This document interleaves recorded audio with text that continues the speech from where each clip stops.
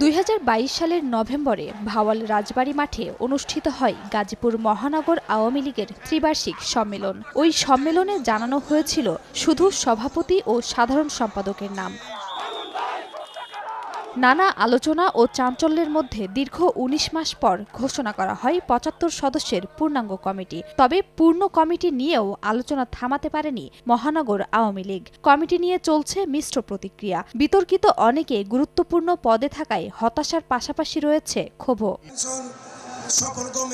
একাংশের নেতাকর্মীদের অভিযোগ, গঠনতন্ত্র অনুসরণ না করে কমিটিতে আজমতুল্লাহ খানের পছন্দের লোক ঠাঁই পেয়েছে।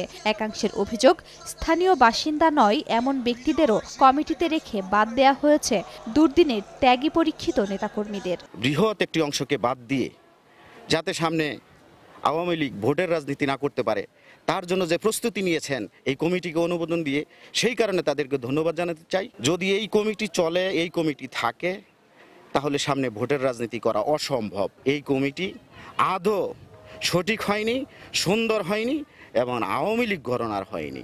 খুশি করার জন্য হয়েছে, সিনিয়রদেরকে অপমান করার জন্য জুনিয়রদেরকে উপরের পদে পদায়িত করে জঘন্য একটি কমিটি হয়েছে, যে কমিটিটি সাধারণ আওয়ামী লীগের কর্মীরা মানতে পারছে না।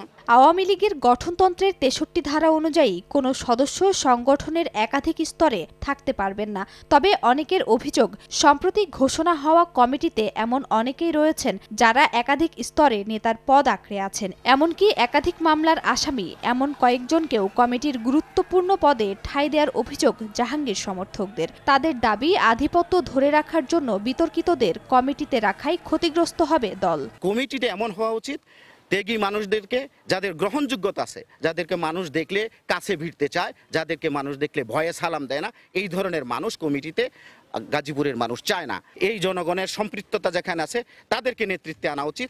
নেতৃত্বে আনলে দলমত নির্বিশেষে মানুষ আওয়ামী লীগকে ভালোবাসবে, আওয়ামী লীগের কমিটি ভালোবাসবে। অবশ্য জাহাঙ্গীর সমর্থকদের এমন অভিযোগ মানতে নারাজ অপরপক্ষ। তাদের দাবি, গঠনতন্ত্র অনুযায়ী কমিটি হওয়ায় তা নিয়ে বিতর্ক করার রাজনৈতিক ভিত্তি নেই। তবে ক্যামেরায় কথা বলেননি কেউই।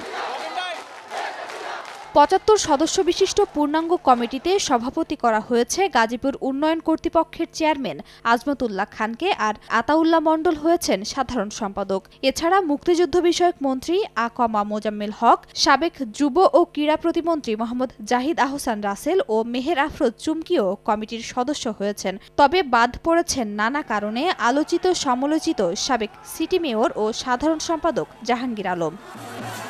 খাদিজা স্বপ্না, সময় সংবাদ।